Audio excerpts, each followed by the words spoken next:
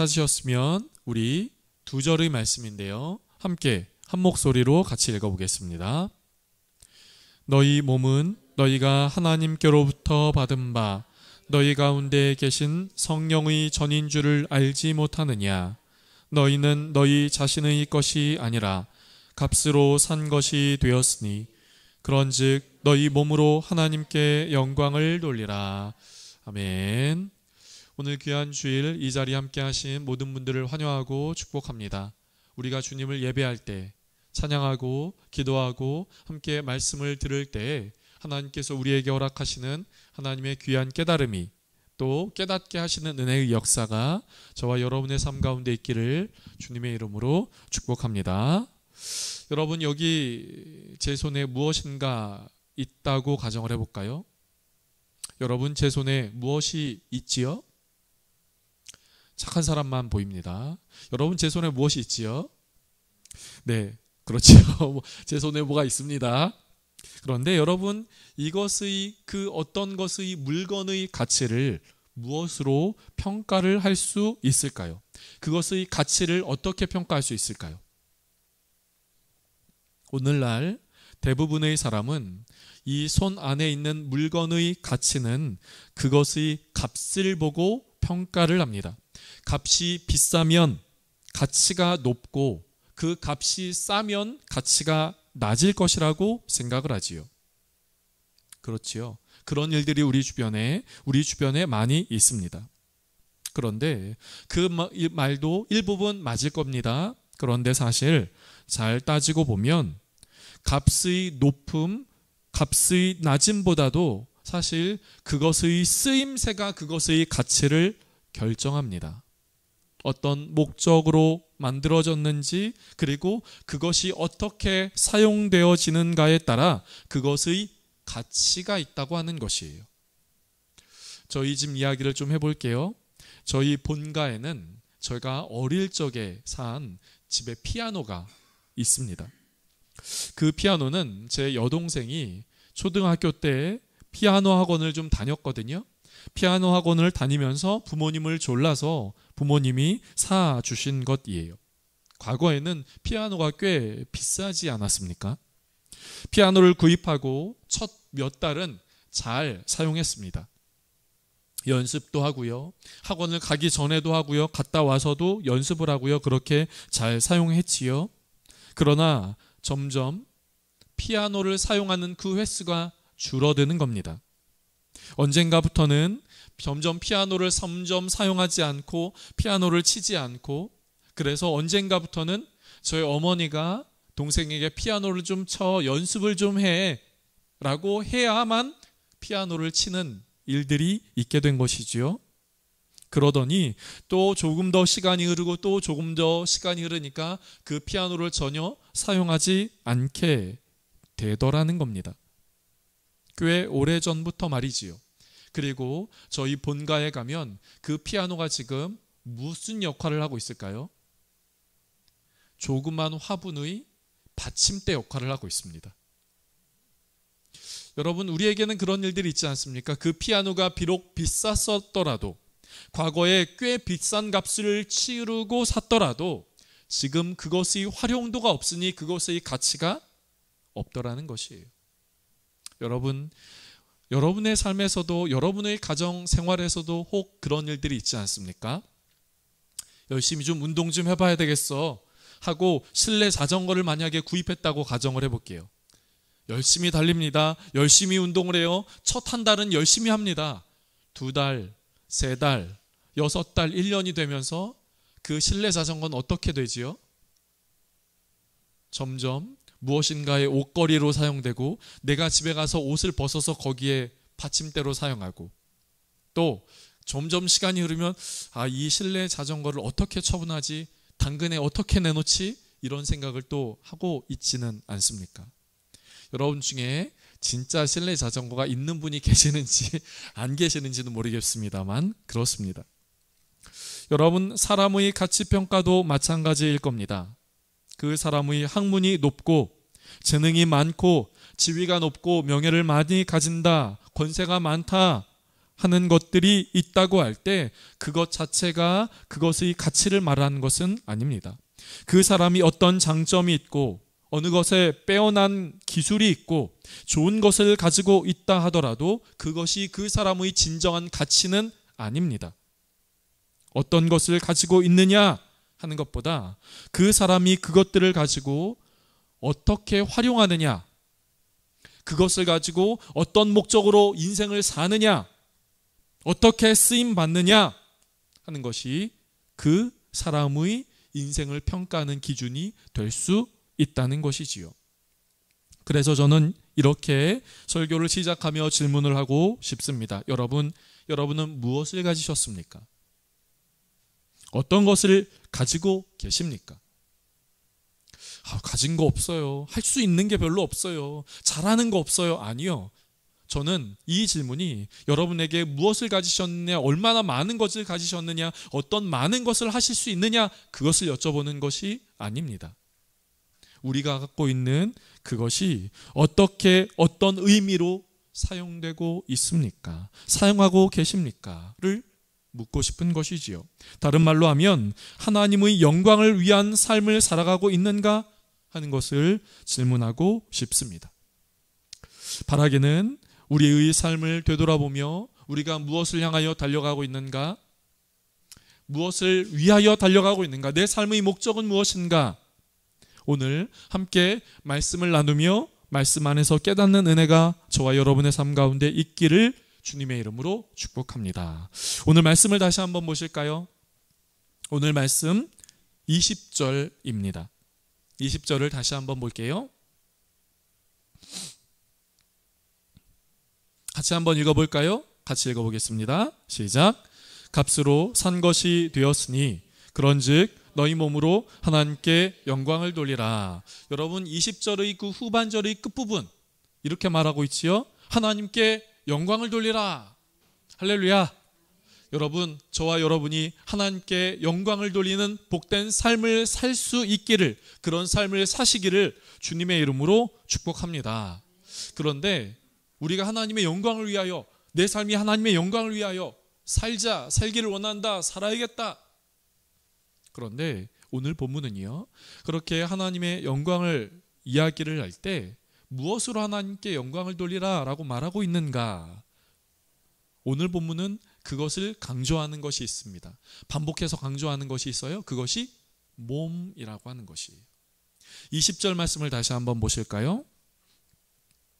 20절 말씀은 이렇게 말하고 있지요. 하나님께 영광을 돌리라. 무엇으로요? 너희의 몸으로 하나님께 영광을 돌리라.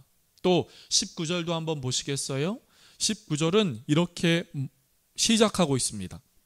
너희 몸은 하나님께로부터 받은 바 성령의 전인 줄 알지 못하느냐? 너희 몸은, 그러니 너희 몸으로 하나님께 영광을 돌려라.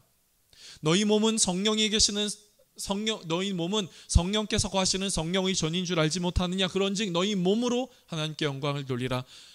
바울은 고린도 교회를 향한 오늘 본문의 말씀에서 몸이라고 하는 것을 강조하며 몸으로 영광을 돌리라 라고 이야기를 한 것이죠.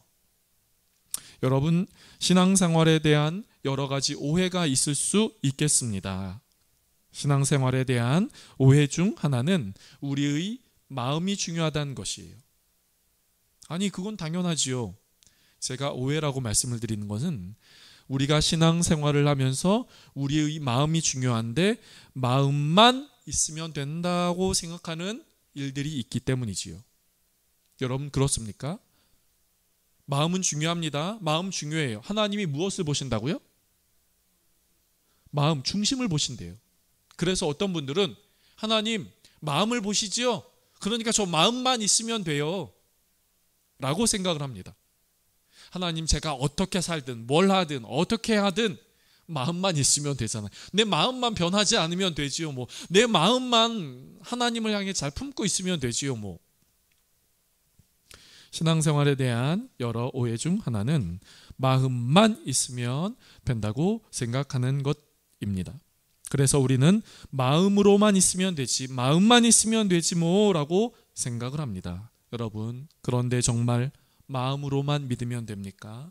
마음으로만 생각을 하면 되나요? 마음만 있으면 되는 것입니까?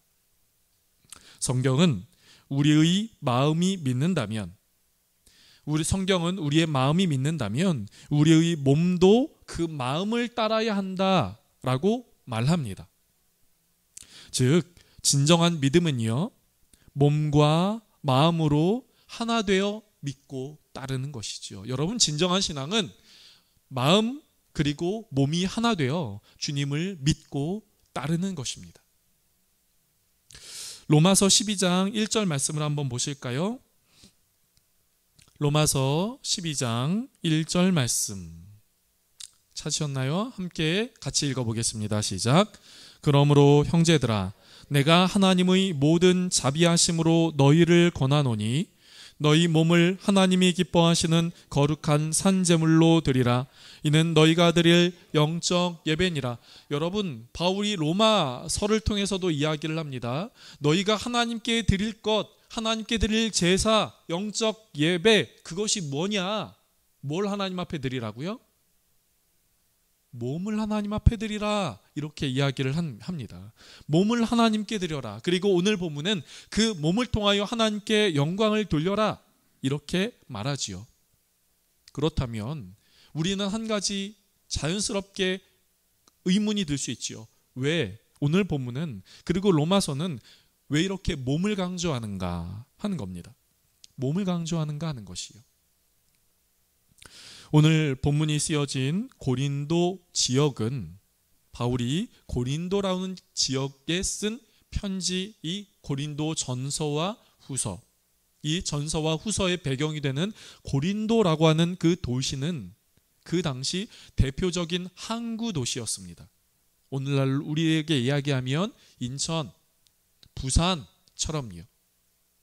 엄청나게 큰 항구 도시, 그 유럽의 3대 항구 도시 중 하나라고 합니다. 그래서 상업이 굉장히 많이 발달하고 활발하고 경제가 많이 돌아가는 그런 도시입니다. 돈이 발달했지요. 경제가 많이 발달했습니다. 그러다 보니 이 돈과 더불어서 함께 가는 문화가 이 고린도 지역 안에, 이 고린도라고 하는 도시 안에 굉장히 많이 발달하고 부흥했다는 것이에요. 그런데 그렇게 문화가 발달하면서 자연스럽게 따라오는 것 중에 하나가 바로 성적인 것이었습니다. 시험 보고 나서 성적표 말고요, 성적인 것이요. 이 고린도 교회 안에는 이 성적인 문란함이 있었습니다. 술이 있었고요, 음란이 있었고요, 쾌락이 있었습니다. 그리고 그것을 분별하지 않고 그것을 무분별하게 들여왔고, 그것을 그들 안에서는 거리낌 없이 그것을 즐기곤 했지요. 만연했습니다. 거리낌이 없이 행했습니다. 이런 것들을 행하면서 이 고린도 사람들 안에는 죄의식이 없었어요. 더구나 초대교회의 그 당시에는 영지주의라고 하는 이단의 세력들이 있었습니다. 이 영지주의라고 하는 것은 영은 깨끗하고 거룩하고 순결한 것이고 육은 쾌락적이고 잘못되고 나쁜 것, 죄의 것이라고 생각을 극단적으로 이분법으로 나누었지요. 그래서 마음만 있으면, 마음이 깨끗하면, 순결하면, 거룩하면 돼. 몸은 그냥 더러운 데 놔둬도 돼. 죄를 즐기도록 해도 돼. 몸은 별개야 라고 하는 그런 사상들이 있었지요. 고린도 교회의 특징, 고린도라는 그 도시의 특징이 그러했고, 그 당시의 여러 흐름 중에 하나, 아주 주요한 흐름 중에 하나가 바로 그러했다는 겁니다. 바로 이러한 상황 앞에, 이러한 배경 앞에 바울은 너희 몸을 하나님 앞에 영광을 돌려라 라고 이야기를 하고 있는 것이에요. 너희의 몸은 음란을 위하여 있지 않다. 너희의 몸은 쾌락을 위하여 있지 않다. 너희의 몸은 그렇게 죄와 그 밖의 다른 잘못된 것들을 위하여, 그렇게 썩어지고 죽어질 것들을 위하여, 그렇게 너희의 몸은 그것들을 위하여 있지 않다고 바울은 강조를 한 것이죠. 이런 고린도의 특징을 배경으로 바울은 이야기를 하는 겁니다. 이 특징을 어디서 볼 수 있을까요? 오늘 본문은 아니지만 고린도전서 6장 12절입니다. 고린도전서 6장 12절의 말씀을 보실까요? 같이 한번 읽어보겠습니다. 모든 것이 내게 가하나 다 유익한 것이 아니요 모든 것이 내게 가하나 내가 무엇이든지 얽매이지 아니하리라. 모든 것이 가하나 모든 것이 다 가하나 모든 것이 다 유익한 것이 아니다. 이것을 표준 세번역 성경으로 보면 이 첫 번째 문장을 이렇게 표현합니다. 한번 보실까요? 모든 것이 나에게 허용되었습니다. 그러나 모든 것이 나에게나 유익한 것은 아닙니다. 여러분, 법으로 술을 먹지 못하도록 한 것이 아닙니다. 쾌락과 음란을 법으로 금지한 것이 아니에요. 당시 고린도 사회 안에서요. 모든 것이 허락되었어요. 그리고 그것들을 어떻게 보면 더 경제적으로 활동하기 위하여 어떻게 보면 악하게 쓰이기도 활용하기도 했지요. 그것이 그 당시의 특징이었습니다. 모든 것이 허락되었어요. 그런데 모든 것이 허락되었다고 나에게 모든 것이 다 유익한 것은 아닌 것이지요. 하나님을 믿고 주님을 믿고 따르는 것에는 우리의 삶 가운데 모든 것이 다 허락되었습니다. 예수님을 믿는다고 금지하는 것이 아닙니다. 윤리적으로 도덕적으로 범법 행위가 아니라면 우리에게는 모든 것이 다 허락되었습니다. 그런데 주님을 믿고 따르는 길에서는 허락된 모든 것이 다 나에게 유익한 것은 아니라고 하는 것이지요. 오늘 설교의 제목이 내 몸 사용법입니다. 여러분, 우리 몸을 위하여 많이 애쓰시지요. 여러분, 비타민 드시지요. 네, 우리 이재영 집사님 비타민 드시고요. 홍삼 드십니까? 네, 우리 교회는 아무도 안 드시는 걸로. 네? 아, 비싸서 안 먹는 걸로. 네? 아, 도라지가 더 비싸지 않나요? 우리 민광 형제는 또 도라지가 목에 좋으니까 찬양 인도를 위하여. 보약 드십니까?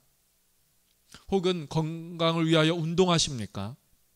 걷고 뛰고 혹은 헬스장을 다니고.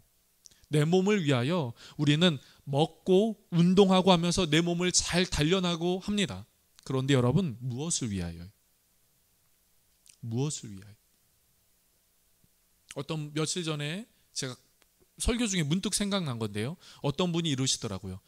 나와서 저 운동 열심히 합니다. 저 러닝도 열심히 합니다. 그래야지 건강할 수 있지요. 건강해서 더 술, 담배 오랫동안 먹을 수 있어요. 그래야지 먹을 수 있어요. 이렇게 이야기하는 어떤 토크쇼의 패널의 이야기를 제가 들은 기억이 납니다. 여러분, 우리 몸 사용, 몸을 위하여 많이 애씁니다. 건강하도록 하지요. 운동도 합니다. 좋은 건 먹습니다. 그런데 무엇을 위하여요? 여러분, 무엇을 위하여 그렇게 하십니까? 사랑하는 성도 여러분, 오늘 본문은 이렇게 말하고 있습니다. 너희의 몸으로 하나님께 영광을 돌려라. 사랑하는 성도 여러분, 오늘 본문의 말씀을 기억하며 우리의 몸으로 하나님께 영광을 올려드리는 복되고 귀한 삶을 사시기를 주님의 이름으로 축복합니다. 건강하고 건강해서 다른 것들을 위하여 살 수 있습니다. 다른 목적을 위하여 살 수 있습니다. 조금 전 제가 아까 농담 반으로 말씀을 드린 어떤 패널의 이야기처럼 더 술 마시고 더 담배 피고 더 즐기기 위하여 그렇게 그것을 인생의 목적으로 삼으며 살아갈 수 있습니다. 또 어떤 사람은 그 밖의 다른 목적, 그 밖의 다른 목적을 가지고 살아갈 수 있겠지요. 그러나 저는 오늘 설교에서 하나님의 영광을 위하여 그렇게 그것을 인생의 목적으로 삼으며 그렇게 나아가는 저와 여러분의 삶 될 수 있기를 축복합니다. 그렇다면 우리의 몸으로 하나님께 영광 돌린다는 것은 무엇일까요? 여러분, 우리 몸으로 하나님께 영광 돌린다는 게 뭘까요? 어떻게 그럼 그렇게 갈 수 있을까요? 그것이 어떻게 가능할까요?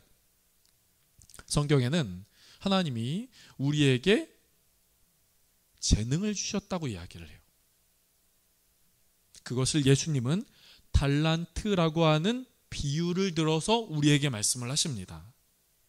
달란트라고 하는 것은 그 당시의 화폐 가치를 의미하지요. 그런데 예수님은 그 당시의 화폐의 가치를 비유로 들어서 우리에게 말씀을 하세요. 마태복음 25장에는 한 주인이 멀리 떠나게 될 때 자기의 그 달란트를 자기의 종들에게 각각 나누어 줍니다. 그래서 그 부분을 마태복음 25장 15절은 우리에게 이렇게 말합니다. 같이 한번 읽어볼까요? 같이 읽어보겠습니다. 시작. 각각 그 재능대로 한 사람에게는 금 5달란트를, 한 사람에게는 2달란트를, 한 사람에게는 1달란트를 주고 떠났더니, 어느 주인이 그렇게 했다는 것이에요. 종들에게 5달란트, 2달란트, 1달란트를 주었다는 겁니다. 그런데 여러분 15절의 맨 첫 부분을 한번 보실까요? 뭐라고 이야기를 하고 있지요? 각각 그 재능대로. 잘 재미있는 것은 이 달란트라고 하는 이 단어가 영어 탤런트와 연결되는 의미입니다. 탤런트라고 하는 것은 재능이라는 것이지요. 탤런트라는 고유명사를 통해서 TV에 나오는 그런 사람들을 탤런트라고도 하지만 그 탤런트의 영어 단어의 또 다른 의미는 재능입니다. 그런데 그렇다면 하나님은, 주인은 그 종들에게 각각 재능대로 그 사람들에게 달란트를 준 것처럼 하나님께서는 우리 각 사람들에게 재능을 주시고 그 재능을 따라서 달란트를 주셨다는 것이에요. 여기서 재능이란 우리가 잘할 수 있는 것입니다. 하나님을 위하여 우리가 잘할 수 있는 것이에요. 저는 좀 수가 약하거든요. 여러분 수포자라고 들어보셨어요? 슈퍼자 아니고 수포자. 수학을 포기한 자. 제가 수학을 포기한 자입니다. 저는 좀 수가 약해요. 그래서 똑같이 보더라도 계산을 하더라도 잘 안 맞습니다. 저는. 그래서 막 한 2번씩 해보고 좀 이래요. 좀 잘 안 맞습니다. 수가 어두워요. 그런데 어떤 분을 보면 수 엄청나 기가 막히게 밝은 사람이 있습니다. 그렇죠. 또 어떤 사람은 손재주가 좋습니다. 저는 무엇인가 하준이 장난감 조립할 때 꼭 사용 설명서를 봐야 되거든요. 그 순서대로 하지 않으면 전 잘 못합니다. 그런데 어떤 분은 그거 딱 보면은 완성품 그림 보면 뚝딱뚝딱 손으로 오물조물하면서 장난감 완성하는 사람이 있습니다. 손기술이 좋은 것이죠. 또 어떤 사람은 이런 재능, 어떤 사람은 저런 재능을, 어떤 사람은 학문적으로 얘기하면 국어로서의 재능을, 어떤 사람은 수학으로서의 재능을, 어떤 사람은 영어와 같은 언어의 재능을, 그 밖의 많은 재능을 우리에는 갖고 있습니다. 성경은 우리에게 각각 그 은사가 있다. 하나님은 우리에게 그 탤런트를 주셨다. 이렇게 말합니다. 그런데 중요한 것은 우리에게 그 재능을 주셨다면 그 재능을 어떻게 활용하느냐 하는 것이에요. 멀리 떠난 하인들에게 달란트를 주고 멀리 떠난 그 종들이 언젠가 다시 돌아와서 이 종들과 셈을 합니다. 그리고 성경은 이 셈하며 5달란트 받은 그 종이 5달란트를 남기고 2달란트를 받은 종이 2달란트를 남겼을 때 그 종들을 향하여 이렇게 말하지요. 마태복음 25장 21절입니다. 함께 같이 한번 읽어볼까요? 시작. 그 주인이 이르되 잘하였도다 착하고 충성된 종아, 내가 적은 일에 충성하였음에 내가 많은 것을 내게 맡기리니 내 주인의 즐거움에 참여할지. 사랑하는 성도 여러분, 하나님은 우리에게 재능을 주셨습니다. 그 재능을 통하여 하나님께 영광을 돌리도록요. 그 재능이 없는 사람 없습니다. 저 모르겠는데요, 저 없는 것 같은데요. 아니요, 없는 것이 아니라 아직 발견하지 못한 것입니다. 그것을 통하여 하나님은 하나님께 영광을 돌리는 삶을 살도록 하시지요. 사랑하는 성도 여러분, 무엇으로 하나님 앞에 영광을 돌리란 말입니까? 어떻게 하나님을 영광을 돌리란 말입니까? 라고 하는 그 질문 앞에 하나님께서는 우리에게 재능을 주셨습니다. 각각의 재능을 주셨어요. 나에게 할 수 없는 것이 이 사람에게 있고 이 사람에게 할 수 없는 것이 나에게 있습니다. 그 재능을 통하여 하나님께 영광을 돌리라라고 말하고 있는 것이에요. 그런데 이렇게 생각을 할 수도 있겠습니다. 우리가 하나님께 영광을 돌린다고 할 때 그 하나님께 영광을 돌리는 그것이 하나님만을 위한 삶을 하나님만을 위한 삶이라고 자꾸 오해하게 되는 경우입니다. 그래, 하나님께 영광을 돌려야지. 그래, 근데 그게 나한테는 유익이 되는 거야? 하나님께 영광 돌린다고? 그러면 그거는 하나님께만 영광이지 나에게는 도대체 어떤 유익이 있다는 거야? 라고 우리는 생각을 할 수 있지요. 하나님만을 위한 삶이라고 오해합니다. 그래서 하나님께 몸으로 영광 돌리는 삶을 어렵게 생각합니다. 어렵게 느껴집니다. 그러나 여러분, 그것이 아닙니다. 여러분, 내가 나를 위하여 살면 그것은 아무리 해도 내가 내 생각의 범위와 내 손이 할 수 있는 범위까지밖에 내 삶은 미치지 못합니다. 그러나 내 몸을 하나님께 드리고 하나님께서 주신 나의 재능을 다시금 하나님께 올려드릴 때, 그래서 하나님이 드러나게 하실 때 우리의 삶은 위대하신 하나님, 풍성하고 높으신 그 하나님과 더불어 함께 갈 수 있는 것이지요. 그분과 연결되는 삶이 되는 겁니다. 내가 나만을 위하여 살면 내가 생각한 바로 그 수준까지만 살게 됩니다. 내가 생각한 바로 거기까지요. 그러나 위대하신 하나님 앞에 영광을 돌리는 삶을 살고자 한다면 우리의 삶은 위대하신 하나님과 더불어 함께 위대한 삶을 살아가게 되는 것이지요. 이탈리아의 유명한 조각가 미켈란젤로가 14살 때 이야기입니다. 당시 최고로 유명한 조각가 보톨로 조반이라는 사람의 문화생으로 이 미켈란젤로가 들어간 거예요. 이 스승이 미켈란젤로를 보니까 이 미켈란젤로가 너무나 재능이 뛰어난 겁니다. 그래서 이렇게 질문을 했어요. 미켈란젤로야, 위대한 조각가가 되기 위하여 가장 필요한 것이 뭐라고 생각하냐? 이 질문에 대하여 미켈란젤로는 이렇게 대답을 합니다. 저에게 주신 재능을 열심히 갈고 닦는 겁니다. 스승은 이 말을 듣고 이렇게 대답을 합니다. 아니다, 미켈란젤로야. 재능만 가지고는 안 되는 것이다. 너의 재능을 무엇을 위하여 어디다 써야 하는지를 먼저 결정해야 한단다. 그리고 스승은 미켈란젤로를 데리고 유명한 조각상 2개를 보여주었습니다.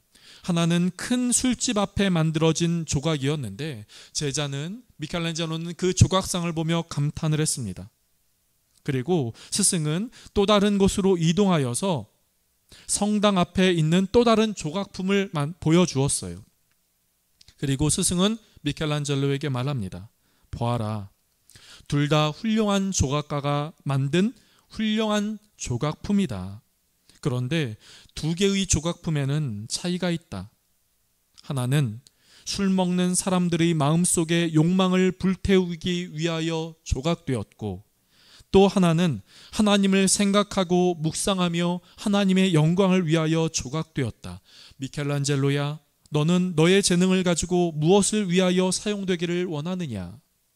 그러자 14살 어린 미켈란젤로는 이렇게 대답을 합니다. 선생님, 저는 저의 재능을 하나님을 위하여,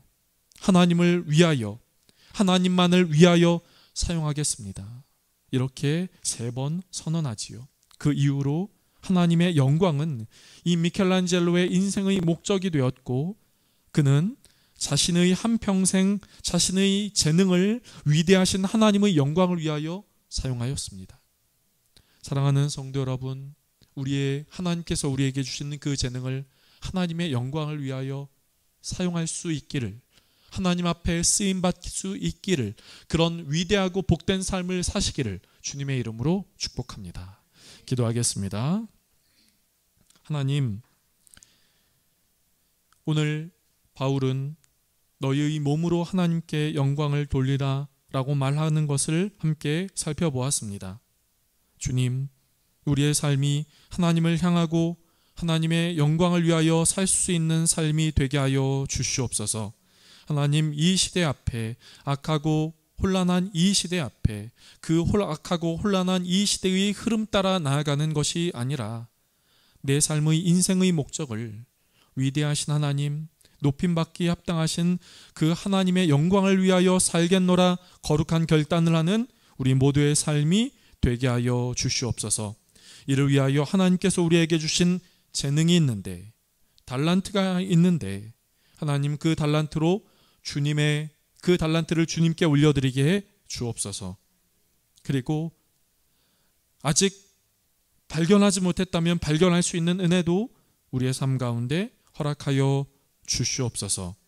그리고 주님, 그 재능을 통하여 하나님께 영광을 돌리며 위대하신 하나님과 더불어 이 땅에서 그 위대한 하나님의 손을 붙잡으며 살아갈 수 있는 은혜가 우리 모두의 삶 가운데 있게 하여 주시옵소서. 감사하고 예수님의 이름으로 기도드립니다. 아멘.